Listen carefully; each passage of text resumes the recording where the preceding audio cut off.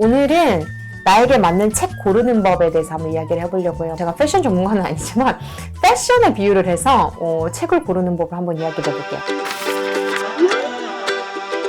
저는 사실 옷에 관심이 별로 없어요. 물론 예쁜 옷을 입는 건 되게 좋아하지만 옷을 엄청 잘 입기 위해서 되게 노력해야겠다 이런 생각은 해본 적이 없어요. 근데 저는 많은 경우에 옷을 잘 입는 방법이 다른 많은 것들에도 다 적용이 된다고 되게 많이 느끼거든요. 예를 들어서 내가 옷을 잘 입고 싶어요. 그러면 첫 번째로 기본템부터 좀 사라는 말을 많이 하지 않나요? 옷 못 입는 사람들의 특징이 꼭 정작 기본템은 없어. 화려하고 막 자기 주장 강한 그런 옷들만 있어요. 그래서 항상 옷 진짜 못 입는 사람들의 옷장을 보면 아니 도대체 이거 살 시간에 왜 기본템은 안 산 거야? 이런 생각이 드는 경우가 되게 많지 않아요? 기본템이 어떤 거예요? 그냥 클래식한 아이템, 흰 면 티셔츠, 그리고 뭐 청바지, 깔끔한 디자인, 무난한 디자인. 책도 마찬가지. 그러면 책에도 기본템부터 한번 읽어봐요 라고 한다면 어떤 거겠어요? 아주 오랫동안 살아남은 책인 거죠. 오랫동안 많은 사람들 속에서 검증되고 인정받은 책. 그게 다양한 장르가 있잖아요. 만화책도 괜찮고 뭐 소설책도 괜찮고 그냥 정말 많은 사람들이 좋아하고 호불호가 별로 갈리지 않는다고 하는, 예를 들면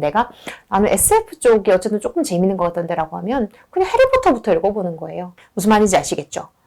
그러면 이런 것들이 그냥 시대를 건너서도 이제 사람들에게 읽히는 이유는 이런 거구나. 내가 아주 시대의 고전까지 못 가겠어라고 하면 청소년 소설은 보통 책을 많이 읽어보지 않은 친구들, 삶의 경험이 많지 않은 친구들을 위해서 1인칭의 시점에서 조금 많은 사람들이 공감할 만한 이야기를 쉬운 문장으로 풀어내요. 그래서 평소에 책이 조금 어려웠던 사람들도 책을 쉽게 읽을 수 있어요. 그래서 청소년 소설이라든지 아니면 정말 어린 왕자나 모모처럼 고전 중에서도 너무나 흰 면 티셔츠 같은, 청바지 같은 아이템을 한번 읽어보시길 권합니다. 두 번째는 뭐냐면 옷 잘 입는 사람을 관찰을 한번 해봐야 돼요. 예를 들면 제니 옷 보면 위에는 정말 짧게 입고 바지는 굉장히 풍성하게 입는다든지 그런 것처럼 옷을 잘 입는 사람들은 신기하다. 저 코디에 이거를 코디하네 라고 관찰을 하는 거예요. 그러면 이거를 또 책에 비유를 하면 어떤 거냐면 주변에 책을 좋아하는 사람이 한 명은 있을 거야. 내 주변에 있을 정도라면 나와 어떤 식으로도 공통점이 있는 사람이겠죠. 그러면 그 사람에게 물어보는 거예요. 너 요즘 뭐 읽어? 너 최근에 읽었던 것 중에서 뭐가 좋았어? 그런 식으로 물어보는 거예요. 그런 식으로 손민수 한번 해보는 거예요. 책은 손민수여도 욕먹지 않아요. 또 세 번째는 뭐냐면 제가 잘 쓰는 방법인데, 저는 옷을 좋아하는 하지만 어떻게 하면 옷을 잘 입는지 잘 몰라요. 저는 회사 다닐 때도 옷에 신경 쓰는 게 너무 귀찮아서 원피스만 입었거든요. 그러니까 그 정도로 옷에 별로 그러니까 옷을 잘 입고는 싶은데 관심이 없기 때문에 어떻게 저는 이 방법을 많이 썼냐면, 어디 이렇게 쇼핑을 하러 가잖아. 그러면 마네킹 있죠. 그럼 마네킹 입은 거를 상하를 그냥 같이 샀어요. 그건 무슨 말이냐면 서점에 직접 가보는 거예요. 서점에 직접 가보면 작은 서점이면 작은 서점일수록 더 좋아요. 큰 서점도 좋지만 기본적으로 작은 서점이면 작은 서점일수록 그 앞에 DP에 놓는 책 이런 거 함부로 아무거나 안 놔둬요. 큐레이션을 굉장히 정성스럽게 하고 주기적으로 바꾸기 때문에 그런 것들을 한번 읽어봐요. 직접 읽어봐요. 그게 중요해요. 뭔가 끌리는 책이 있어요. 끌리는 제목일 수도 있고 끌리는 표지일 수도 있고, 그럼 앞부분을 한번 읽어봐요. 대략 이런 느낌이네 라고 하는 거죠. 그리고 추천을 받을 수도 있어요.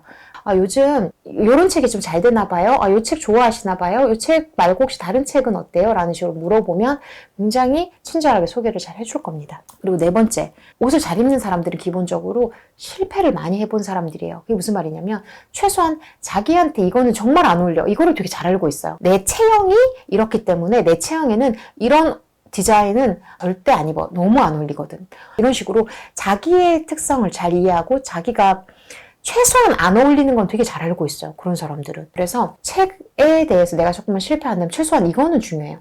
최소한 내가 어떤 책이 정말 안 맞는지를 일단 아는 것도 되게 중요해요.